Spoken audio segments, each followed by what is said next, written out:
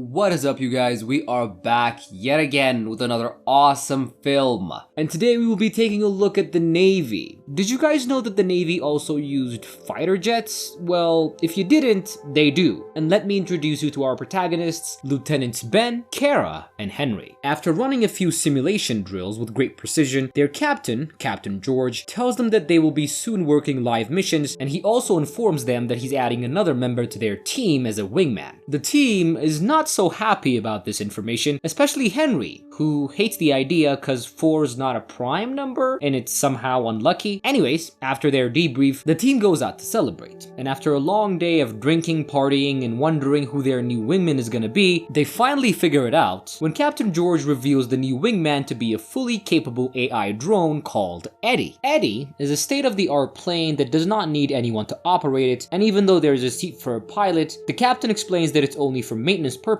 and Eddie can just fly by himself. And at this point in the movie, we're also introduced to Captain Dick Marshfield, an old associate of George, and they are now using his ship since the team will be doing live missions. And the team, especially Ben, wanted to fly out with Eddie to see what it can do, but the captain tells them that they all need to first study Eddie's manual before anybody can fly with it on live missions. And reading the manual, I don't know if he got bored or just wanted to talk to Kara, but Ben goes to her room and we can sense this tension between the two, and there's obviously something in the air, but Ben doesn't really address the situation and he just teases her and leaves. In the morning, we can see that Captain Dick was against having George and his team aboard his ship, especially Eddie, because Dick thinks it's a hazard and he feels like Eddie's not tested yet and that Eddie poses a threat to everyone. Captain Dick also knows that George did a lot of lobbying to get Eddie approved and operational. And after a not so confrontational conversation between Dick and George, our team heads out on a test run with Eddie so Eddie can assimilate with the team and be ready in real combat situations and learn from the team. And meanwhile, as Ben was having fun flying with his team and teaching Eddie how it's done, something was happening in the control room back at the base. And after a briefing with Captain Dick, George finally talks to his team and tells Ben, who is their leader, that he has given him an emergency mission redirect. Their now new and active mission is called the Terror Summit, and their objective is to fly to Myanmar Rangoon and bomb a location where the heads of 3 terrorist organizations are meeting. But assessing their method of attack, the team runs into an issue as none of the weapons that they're equipped with have the capability to penetrate the building. And just when they were about to abort mission and fly back, Eddie comes up with an idea. Well, first he confirms that all the terrorist groups are located inside the building, and then he tells the team that if they can fly really high altitudes and descend as rapidly as possible and use one of their big missiles, it can take out the building and kill the terrorists inside with almost no casualties. But there is a catch, and the catch is descending that fast from such a high altitude is not the most ideal thing cause any normal person would barf to death, and even most seasoned pilots can't pull it off cause they usually black out. And Captain George, putting 2 and 2 together, decides to send Eddie since Eddie's a machine and can't black out. But both Captain Dick and Ben are against this idea. Captain Dick because he doesn't really trust Eddie to do a live mission, and Ben doesn't want Eddie doing it because he knows and believes that he can pull it off even though he's never attempted to do something like this before. And Captain George tells Ben to stand down, but he pretends not to hear him and messes with the frequency, and to everyone's surprise he goes through with the plan and he pulls it off, and he manages to do it without killing innocent people. As they head back and land, Henry and Kara land safely, and Ben tells Eddie that he needs him to land after him, but before they do, they get struck by lightning, and Ben's plane deflects the lightning toward Eddie, and the hit somehow messes with Eddie's systems and he sort of ends up crash landing. In the morning, feeling a little uneasy about Eddie, Ben heads over to Tim, the man that codes and maintains Eddie. And Tim is pretty surprised because after last night, after the lightning strike, Eddie's neural network looks very different, almost as if Eddie's reprogramming itself and writing new code. And in private, Tim tells Ben that Eddie is made to evolve and grow, and with the way Eddie's CPU is looking now, Tim doesn't really trust Eddie to fly safely. Ben tries to talk to Captain George, telling him that he has a bad feeling about the plane and that he would feel comfortable if the plane did more trainings, and by the plane I'm referring to Eddie. But George just shrugs it off, telling Ben to take a vacation with his team to Thailand, since after Eddie starts doing live missions, they might not get a break for quite a while. And in Thailand, our team tries to relax, and Henry starts to talk about how he actually feels safe around Eddie. But Ben tries to reason with everyone, telling them that Eddie will only cause problems and that getting rid of him is the best option. And putting all the work talk aside, in Thailand, Henry finally confronts Ben about Kara and the obvious signs that she's been showing him, and Ben does admit that he loves her, but he's too reluctant to profess his burning desire to jumpstart her engines, and he just shrugs it off. Anyways, before the team actually get to start to enjoy their vacation in Thailand, they get called back, and when they get there, George tells Ben that Eddie has been cleared for launch. Ben protests to flying with Eddie, but the captain tells him that it's either his way or the highway. And so our team with Eddie fly on a very important mission, and the US government has intercepted nuclear warheads in Tajikistan, headed towards some warlord who plans to use them for whatever it is that warlords use nuclear weapons for. It could be to take out freedom fighters or innocent people, or it could also just be for fireworks. You never really know what's going on inside the mind of a warlord. Anyways, the team flies to the target area, and Kara calculates the casualties in the thousands since the warheads that they're about to take out will have nuclear dust and are radioactive.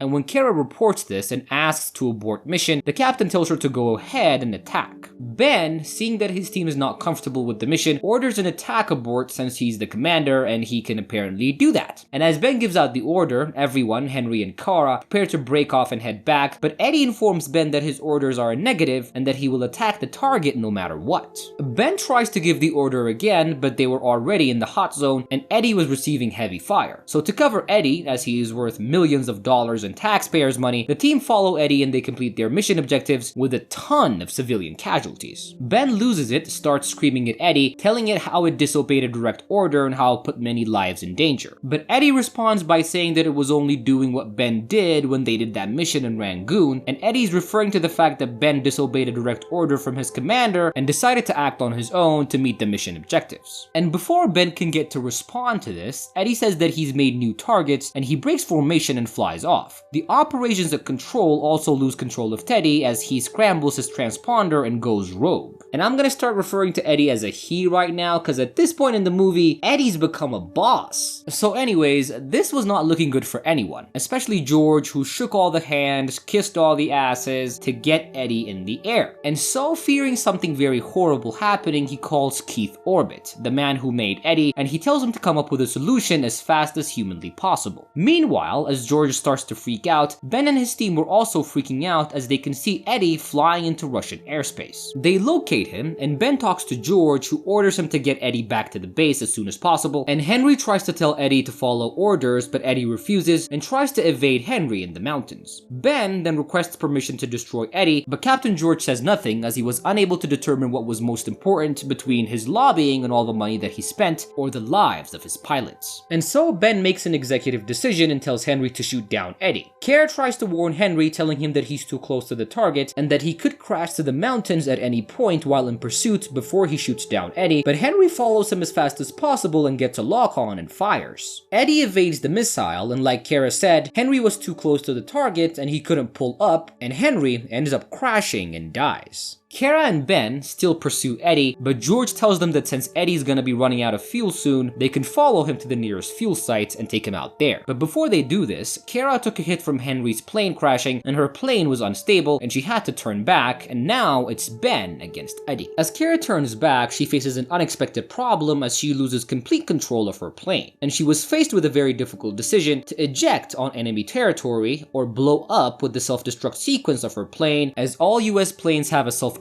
sequence which activates in cases like this. So Kara chooses to eject, and the debris from the exploding plane takes out her chute, but she manages to land safely in North Korea. Yeah, so let's call it a safe but unlucky landing. And meanwhile, Eddie heads to Camel Hump 9, this fuel depot in the air for planes to refuel during long missions. And Eddie had to shoot the pump nozzle since he was denied access for fuel, and because of this there was a lot of fuel leaking in the sky, making that specific area flammable. So when Ben got there, he also needed to refuel, and he didn't really see Eddie around. But Eddie was just hiding and ignites the fuel vapor in the sky, trying to kill Ben by exploding him mid-air. But Ben, being the awesome pilot that he is, manages to survive. And meanwhile, that guy, Keith Orbit, finds out what Eddie has been planning. Apparently, Eddie has been looking up classified files, and he showed special interest on this classified mission called Caviar Sweep. And this caviar sweep thing was basically something that scientists considered to be a threat long ago, but it's only a phantom threat, it's not an actual thing, but Eddie thinks that it's real. And he's targeted this place in Siberia, which is a cold fusion weapons lab, and he's flying over there to execute his mission. And finding all of this out is not really thrilling for George, who's looking to cover his ass, so he calls the politician that lobbied for him, and he tells him to hand over classified documents of Eddie's heat signature to the Russians so they can shoot it down before Eddie bombs its target in Siberia. And if this happens, George will be in the clear, but only if Ben does not testify against him in court, which he will. And speaking of Ben, he was having his own problems as he was in Russian airspace, receiving fire from Russian Terminator jets. And Eddie, assessing the situation, decides to team up with Ben to take them out, as Eddie realized that he couldn't do it alone. So after teaming up and taking out the Russian jets, Ben was okay, but Eddie was hit and he was about to catch fire and explode. And you know how I told you all US planes self-destruct and do not really land in enemy territory? Yeah, because of this, Ben talks to Eddie telling him that he's about to explode and to return to base with him, and Eddie apparently didn't want to die and his survival instincts kick in, and he decides to follow Ben's orders. And since he followed his orders, Ben helps him up by putting out the fire on his wing. After briefing the captain of the new situation, Ben and Eddie are given a location to head to Alaska to a private base, and Ben tries to ask about Kara, but the captain lies to him and both him and Eddie figure it out.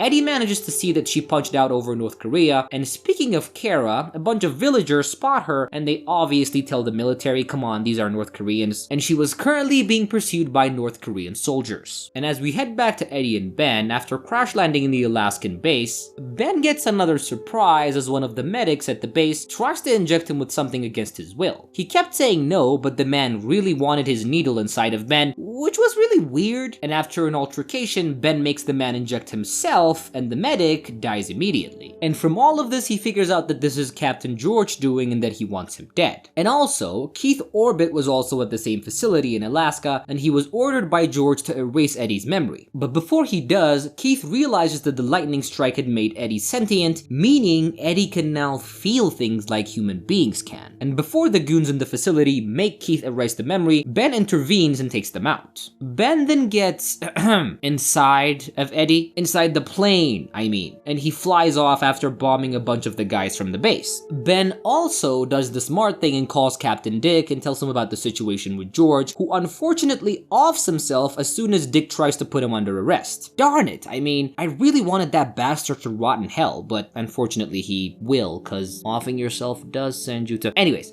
let's focus on topic here. So, back to Ben. He realizes where Kara is and he flies into the belly of the beast, North Korea. Kara was shot in the shoulder already from a sniper that was chasing her, and she was not looking good. The only chance she had was to head south of the border to South Korea, as it's allied with the US. And Ben manages to locate her just in time before the North Koreans took her out. But since Kara was weak and she was limping and she was shot in the shoulder, and since Eddie can only have one person inside of him, Ben lands Eddie in enemy territory and goes on foot to get Kara over the border. But as they were walking, a chopper follows them, and before it opens fire, Eddie gets up again on its own and crashes directly into the chopper as it didn't have any more missiles left, and sacrifices itself to save both Ben and Kara. And our movie wraps up when we see Ben and Kara attending Henry's funeral, and Ben finally tells Kara that he thinks that 2 is a prime number and that he thinks that they're very lucky? Oh god, he actually says this instead of saying, hey, I love you. But fortunately for him, she was smart enough to figure out that he just wanted to say I love you. Yeah, and this is how the movie comes to an end. I hope you guys enjoyed our recap. Make sure to leave me a like, leave me a comment, and subscribe to my channel. I love you all so much, and I promise to see you on my next recap.